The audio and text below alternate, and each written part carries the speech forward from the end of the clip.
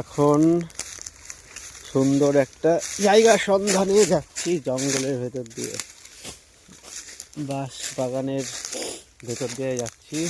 ওই দূর থেকে সুন্দর দৃশ্যটা আমরা দেখতে পেয়েছি, তার উদ্দেশ্যে যাচ্ছি। হ্যাঁ হ্যাঁ হ্যাঁ, ওই যে দূরে এখান থেকে দেখা যাচ্ছে, ওই যে চলো গিয়ে দেখি কোনটা। এই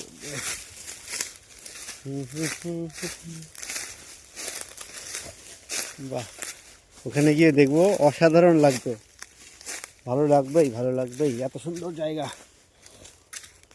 ওই যে দৃষ্টিগোচর হয়ে গেছে সুন্দর দৃশ্য। এই যে এই যে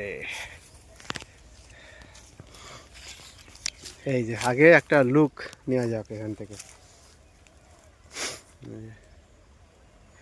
কেমন লাগছে। এই দিকটাও এখনো ফুল হয়নি, ফুল হবে টোটালটা, লোকজন দেখছে। আর ওই পুকুরটায় ফুলে ভর্তি, কাছে যাব আমরা ফুলের। হাই কে দে, এই যে এখানে সরু আল, আল বরাবর একটু এগোই সামনের দিকে।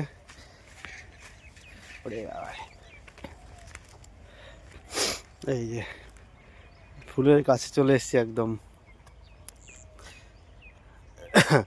আই নিচে যাই। ওরে বাবা রে, গেল রে। বাহ, কত ফুল।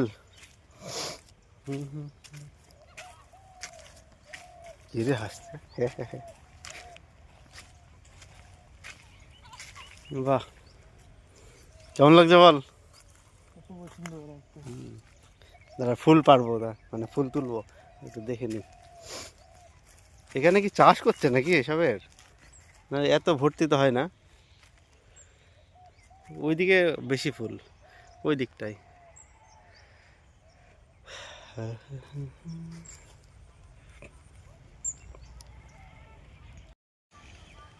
এখানে এত ফুল, ওই গাছটায় ফুল বেশি, ওই গাছটায় ফুল অনেক ঘন, এদিকে অল্প অল্প ফুল। সুন্দর লাগছে, যদিও ফুলের এখানে সাইজগুলো একদম ছোট ছোট। এই গাছটা আমি একটু আসি, থাকা যাচ্ছে না, খুব সাদা পাল।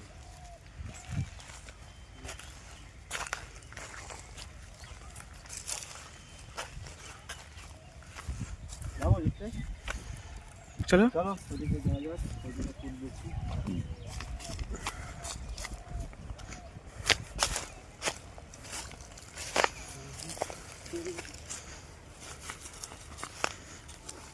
হাঁটার মতো অবস্থা নেই এখানে।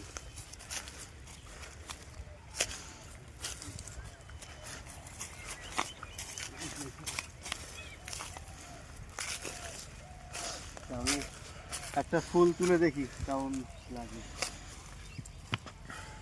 সাপ টাপ না থাকে। সাপ থাকবে না তো?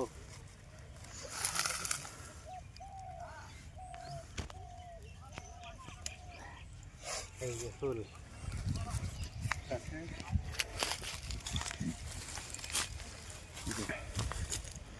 সুন্দর একটা ফুল, কি সুন্দর দেখতে।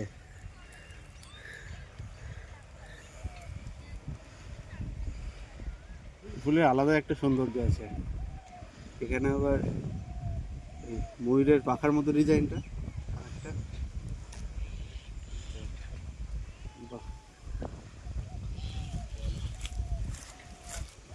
ওদিকটা ফুল অনেক বেশি। এই ফুলের চাষ হচ্ছে মনে হচ্ছে, এখানে এত ফুল তো কোনো পুকুরে থাকে না। পুরো পুরো পুকুরটাই এখানে ভর্তি পানাতে।